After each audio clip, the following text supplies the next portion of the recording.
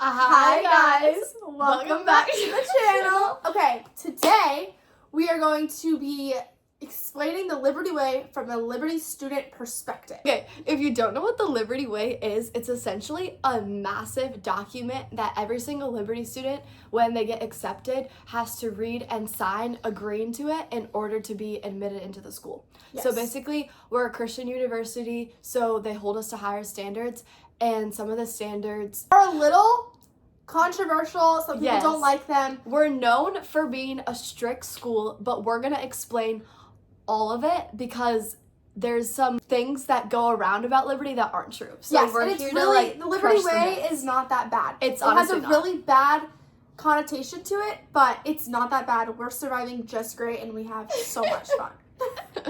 So basically, we have a list of a lot of different points that we're going to hit on explaining the Liberty Way. Okay, the first one we're going to talk about is dancing. For a long time, the Liberty Way said like dancing was not allowed on or off campus, just because dancing can lead to like some inappropriate moves or whatever. But last year, our Student Government Association, the Liberty SGA, got that overturned a little bit. So now we have a little bit more freedom with dancing at like hall events, at club events. Basically, you can't dance off campus at all if it's not a Liberty event. For hall dancing, we dance usually for 45 minutes and then we shut it off. And it has to, and like the music that we dance to has to be clean. Is like an approved playlist. Yeah. But the music on the approved playlist is music that you would dance to anyways. Just clean version. Yeah, so it's not that bad. It's seriously not that bad. No, it's not. It's not.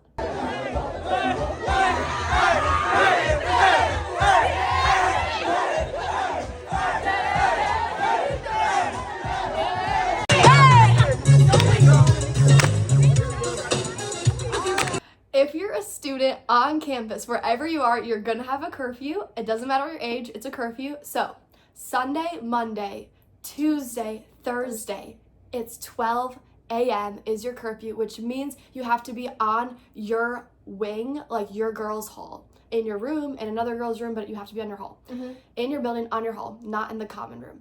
Mm-hmm. Anyways, for Wednesday, your curfew is 10 p.m. because that is after CampCom, which is like our convocation at night. And they want to encourage you to go to community groups that night. But they're not required. They're not required. But it's like the curfew's in place, so it is an encouragement because you can't go anywhere else. Friday and Saturday, your curfew is going to be 12:30 a.m. If you're 20 or over, though, you can submit a late night form, and then you can be out till 1 a.m., and it automatically gets accepted. You can go anywhere as long as you're not violating anything else of the Liberty Way. Yes. And you can also do, like, if there is a midnight mayhem game or the prayer chapel's open 24 hours on a certain day, you can submit a late night form and it'll get approved because it's a Liberty University event that is past midnight. So obviously, if they want you to be there, you're going to have to miss curfew. Yes. So. There definitely are exemptions to basically all the rules, but especially curfew because sometimes like your community group will go out and do a late night and you'll get like, you can stay out past curfew. Yeah. But like generally that's the time that you have to be in. If you don't make curfew, you'll get a Liberty Way violation and I believe it's a $15 fine. Yeah. It depends on like, how strict your RAs are. Sometimes they'll give you a warning, but generally it's a fine right away. Yeah, you just have to communicate with your RAs. Sometimes if you're running 3 minutes behind, they're a little bit more graceful, but it's obviously good to have the goal to be in your room by 12 or be on your hall by 12. The next one is dress code. There's a lot of questions about this. Dress code for class dress, which is obviously going to class. Convocation, if you're in any like academic building during class hours. You're going to any office, professor's office, or the registrar's office, like anything like that, that's considered class dress. That is pants and shirts that cover your stomach. No shorts are allowed. You can do dresses though, but I know for guys at least you're not allowed to wear shorts. Yes. Girls are allowed to have dresses. It has to go to mid-thigh, I believe.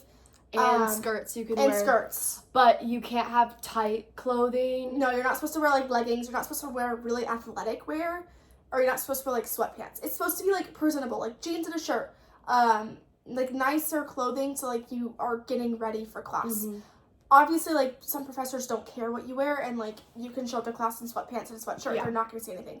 But it's generally, like, you want to wear jeans or nicer pants and a shirt that's not above your waistline. And for the gym, you can wear shorts, obviously, sweatpants, whatever you want to wear. But the only caveat to the gym is you cannot have a crop top. That's like, they're the most strict about that. No midriff showing at all. No stomach showing at all. Like, not even this little bit. No, they will dress code you immediately. Also, I think technically you're not allowed to wear spandex or leggings if you don't have a shirt that covers your butt. Correct. You probably won't get dress coded for that. It definitely happens all the time, but like that's in the way. Also in the gym, you're not allowed to wear open-toed shoes. Correct. Or any bare feet. Shoes have to be on at all times. And all we know people that have gotten a violation because of Even that. if you're walking through to go watch a basketball game at the intramurals, you have to have closed-toe shoes on. Yeah. And also at like David's place where there's a pool, or at Hideaway where there's a lake, anytime you're gonna go swimming, or even at the gym, there's hot tubs. Hot tubs and pools there. You have to, for girls, it has to be either like a one piece or a tankini, or you can wear a bikini with a shirt over. Guys can wear some trunks and no shirt, I believe. Yeah. Right? So we have Convo at Liberty twice a week. It's Wednesday at 10:30 to 11:30 and Friday at 10:30 to 11:30, and that is required every single time. For residential students. You cannot have a class during that time. Like, there's no classes available, so everyone's free. And when you get to Convocation, you tap in with your phone, and that's what records your attendance. You get one free Convo skip if you're traveling or anything without a fine, and then once you skip again, you're gonna get a fine, which is generally any Liberty Way violation that's like minor, so like dress code, curfew, like combo, it's either going to be a $15, $25, or $50 fine, depending on how frequent you do it. So basically, any of these rules we're talking about, if you're violating them, it's leading to a fine. Are exceptions, though, to combo. Like, if you're traveling and you know you're going to be gone, like, a week before, and you text your RAs, like, a day or two before you're leaving, hey, I'm traveling, they do give travel exemptions. It's not, like, you can never skip a combo ever. There are reasonable things that you might have to, if there's a family emergency, they get it.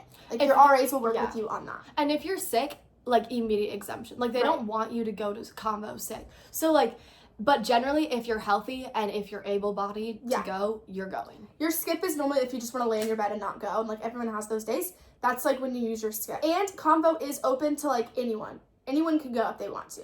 Yeah, that's actually really true. So, like, it's free to get in. There is, like, not a lot of seats for the amount of students we have, and they normally have overflow seating for the people that can't find a seat. But if your parents want to go to combo, they are welcome to come up and go to combo with. It's like the largest Christian gathering of young people weekly. Yeah. Next one is something that I love about Liberty. The girls and guys can't go on each other's halls unless it's like an open dorm type night where the RAs are monitoring it. So on our girl hall, like, no guys, unless it's like someone's dad or brother. Yeah. No guys are walking around going in girls' rooms doing that stuff. Liberty does not allow premarital sex. Obviously, it's a Christian university. Obviously, that's what the Bible says. So obviously, they're going to follow that and push that on their students. The entire time you're a student at Liberty. Even if you live off campus, the Liberty Way states that you cannot do that. So obviously with that, they don't really want guys in girls' dorms and girls and guys' dorms. But yeah, if you need, like, your brother or dad, and even if there's a guy on the hall that needs to help you with groceries or something, like, you'll text the girls' group chat, hey, guy on the hall, and then, like, one-time thing, in and out. Yeah. Not hanging out in here, in and out. It's really nice, actually. There's usually common areas wherever you're going to stay on campus. Specifically in commons, though, you're always going to have a common room. In the common room, if you watch our, like, room tour, you'll see the common room. That's where, like, the girls and the guys hang out. So, like, you're going to have a brother hall wherever you live, and that's where you guys intermix and hang out. And there's, like, couches and booths and everything, TVs. So it's literally like a living room. So there really is no reason for a guy to be in your room or a girl to be in a guy's room. No. And it just keeps everybody accountable. So we love that. It's also, like, you don't have, like, rambunctious guys, like, on your hall, like, keeping you up at night. So we actually really like that rule.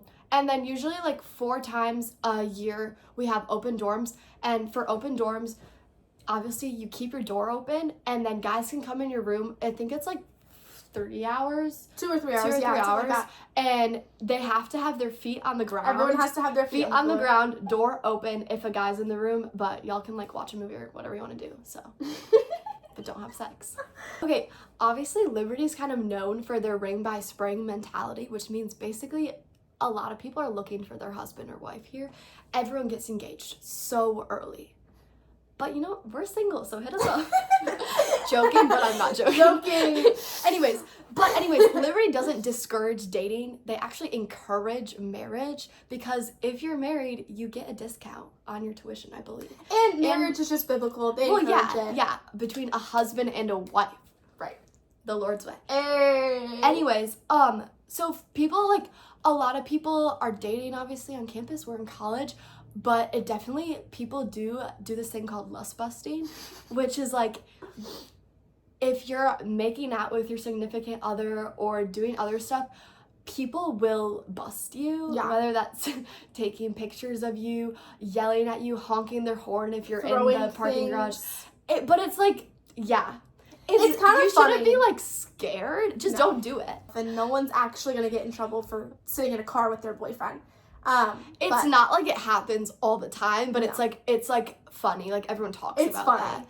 But you'll see some PDA on campus, because guys aren't allowed in your dorms. People get a little confident.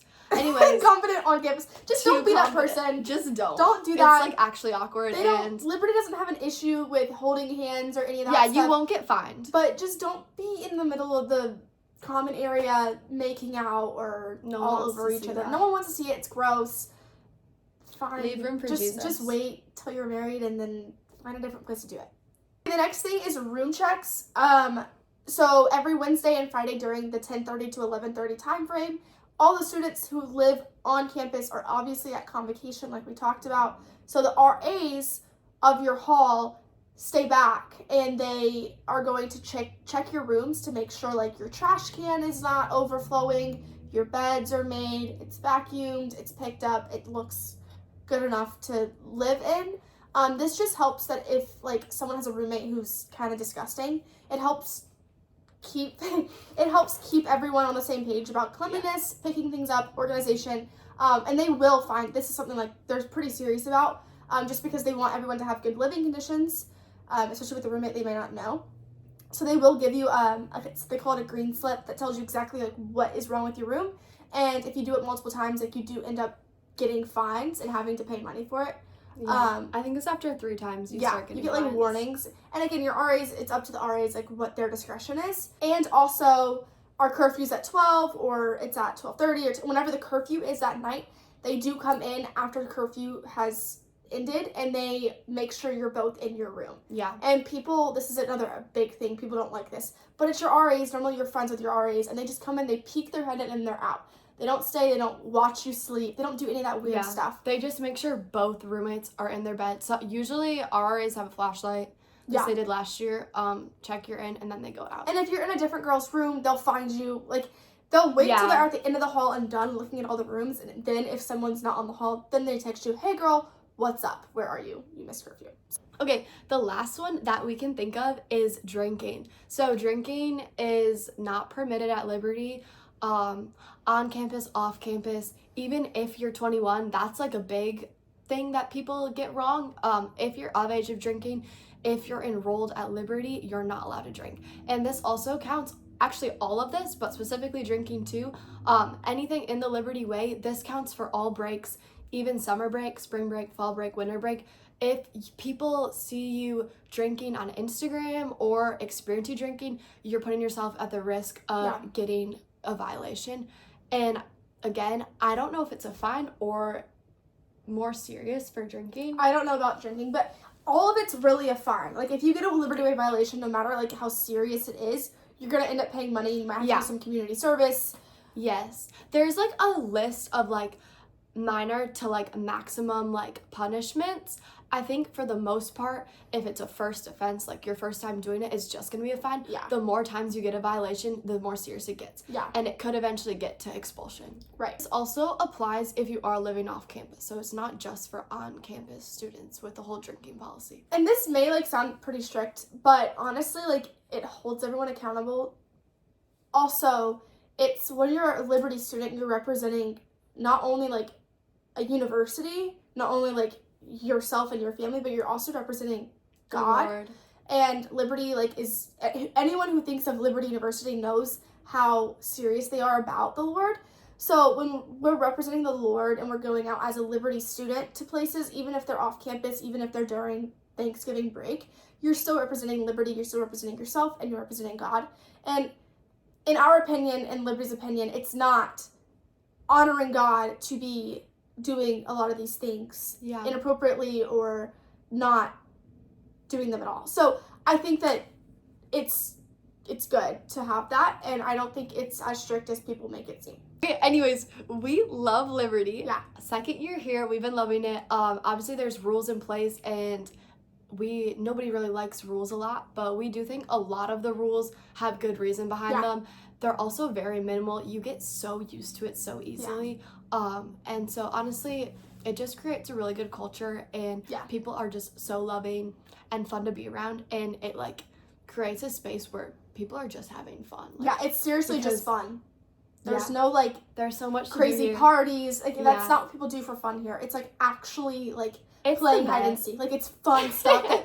Like it sounds stupid, but it's fun. It's actually so fun. It's good. Yeah. We love Liberty. So anyways, if you have any questions, comment down below if we didn't reach anything in the Liberty way. If you want to read it for yourself, look it up online. It's there for everyone. But yeah, anyways, love you guys. Love you. Bye.